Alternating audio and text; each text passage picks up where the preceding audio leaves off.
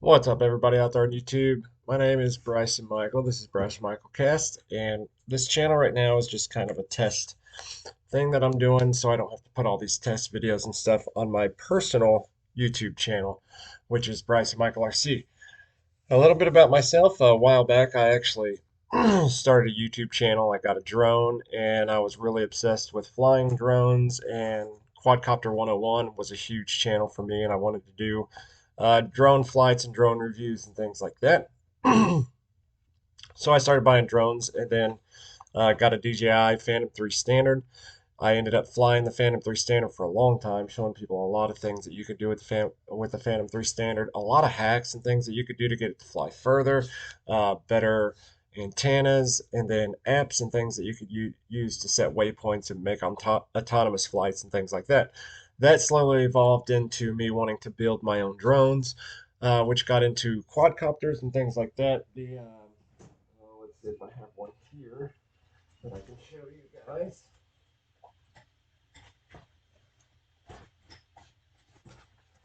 I started building quadcopters, things like this. Still got several of them. I call them freestyle quads. They're racing quads, whatever you want to call them. Got into flying those, showing people how to fly them, build them, fly them, program them, things like that. That was huge, and I got my first couple thousand or 1,000 subscribers or so doing that. But it wasn't until I started doing 3D printing, I really got into 3D printing. I'm always going along the line of a new hobby here, a new hobby there. I got into like 3D printing helmets and things like that, showing them off on YouTube and on Instagram. Hold on one second. Let me like this, you know, showing people how to build them and made hundreds and hundreds of videos making 3D printed stuff. All the while I was doing this, from the drones to the quadcopters to the 3D printers and 3D prints and things like that, I've always been in my downtime while I was making stuff. I always watched a lot of podcast stuff. And so I've always wanted to do sort of a podcast type thing. And I've got several thousand subscribers over on the other channel, and I realize this one has zero at the moment, pretty much non-existent. But I want to grow it organically the same way that I did my last one. I do appreciate anybody who likes and subscribes and clicks the notification bell. It really helps out. My other channel, I do get free products sometimes, and I do reviews on those free products sometimes. Some of my most watched videos have nothing to do with what I started the whole channel out to be. My biggest watch video is a review of a projector, and I don't have any other projector stuff. One of my other biggest videos that I have is a review of a record player, and the channel really, well, it started at the very, very beginning. The first videos that I put on it were all my music because I was a musician. And then it slowly started evolving because it was my one place that I could put anything that I wanted onto it. It just organically grew. I never went and paid YouTube or Facebook or anybody to promote my channel or anything like that.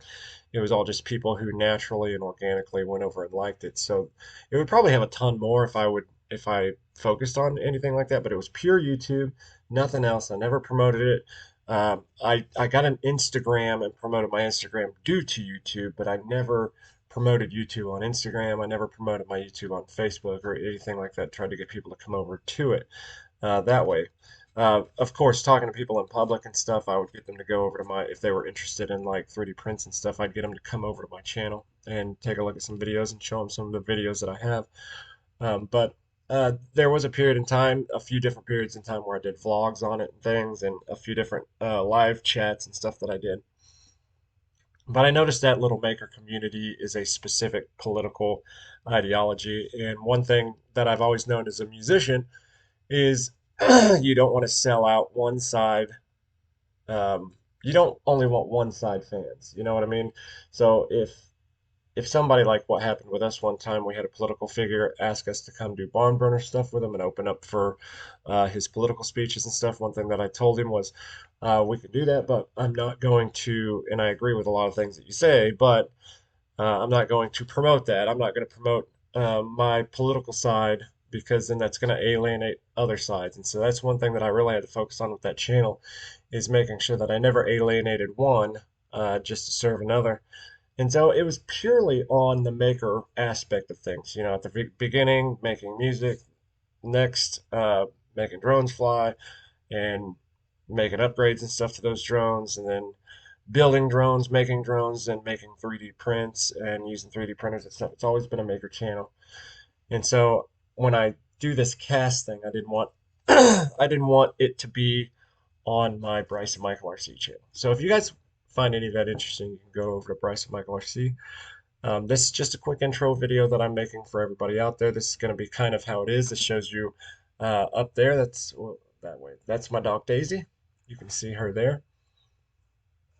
And this is just my laptop. And basically, I'm going to be bringing videos on. The whole point of this, what I told you guys, it's kind of a practice thing to get myself in the right mindset. So me and my buddy a while back, we thought about doing a political podcast, and we bought all the equipment for it. I mean, I have, and I'm not this isn't hooked up yet, but I've got microphones and a mixer board and headphones and all sorts of little things. That I think that was for headsets. Yeah, so you can run two headsets on one input. Little adapters and things. To go into the mixer board to go from quarter or half inch to headset jack and things like that. So we have all the equipment stuff and we started, but we realized one fatal flaw is when we're together talking about a lot of stuff. Uh, we're really good at it, and it just kind of flows. And we've always thought we should do like a podcast together of some kind. And if we were to just put a video camera on when we were talking, I think people would really find it interesting. It's more of a Joe Rogan aspect of live. But here, let me get this a little bit bigger. Let me spread this out. I didn't want to mess with the settings at all, but oh well. Yeah. Um, so I was always like, man, it would be a really good idea to do something along those lines. And so we sat down, we got the monitor system set up, we got the microphone set up, we got the headphones, we got everything going, and then we turned it on, and the fatal flaw was the same fatal flaw that I have when I'm recording music, and that is I'm trying to put my head in the way of this light. And that is as soon as the camera comes on, we kind of forget what to talk about. Not that we forget what to talk about, but it's easier to remember statistics and remember exact quotes and things like that when the camera's not on. But as soon as it's going, you're constantly searching the air, like, oh, yeah, I remember this one time in this one video, you know what I mean? And when you're doing like political commentary or you're doing anything that's related to political commentary, like, oh, Jordan Peterson type things, everybody finds him political, but he's really not. He's just a psychiatrist who's being truthful about the field of psychiatry. And it seems like a conservative side, and he's on the Daily Wire, which is a conservative news thing. But Jordan Peterson is, in my opinion, not a conservative. He's just a um,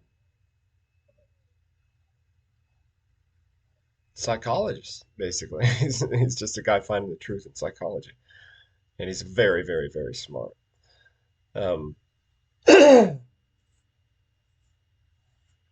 that's just that. That's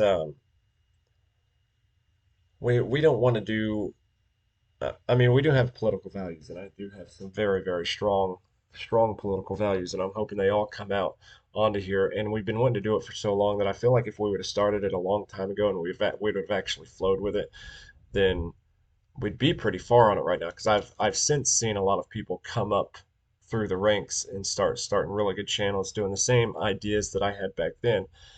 And I probably should have did it. I actually built a studio and everything in my room and got ready to do my own podcast for a while, but trying to run production and do this like right now, I'm doing it all myself. I've got an OBS running, and I don't have the microphone or anything, so I'm not messing with any of the mixer stuff. But I do have an OBS running. I don't have multiple scenes going, but in the other one I would switch back from one to the other, from one camera to the other, or from seeing both people on camera to you can set up multiple scenes in the OBS and go back and forth, and it makes it look really professional. But when you and your volumes, your levels and stuff that are coming into your microphone and coming out through here. I mean, there's a lot to the production side of it, and I just wanted that whole thing to be live because I wanted it to be organic. I didn't want it to be edited. So I did several different test runs on it, and I made some really good videos and stuff, and then ultimately just decided to scrap it because it was too hard to run the whole thing by myself. I needed one other person. And my buddy who's going to do it with me, he's not as um, technically savvy as I am when it comes to production and things like that. So it never really meshed up right. So I've got it set up now, and I've been practicing a lot to where I think that I can be the lead in a podcast style thing, which is only going to be done once every 2 weeks. It's just one episode every 2 weeks, not anything to make a living off of or get super excited about. We get together once every 2 weeks and we take a drive, and in that drive, we were going to start a thing called we're going to start a thing. It's actually going to happen. We're actually in the process of it called CarCast, where we're gonna set up the inside of his car like a studio, and from his car, while we're going, we're gonna do a car cast. It was just two guys sitting there talking. We're gonna be looking up articles. We're gonna be looking up events and things like that.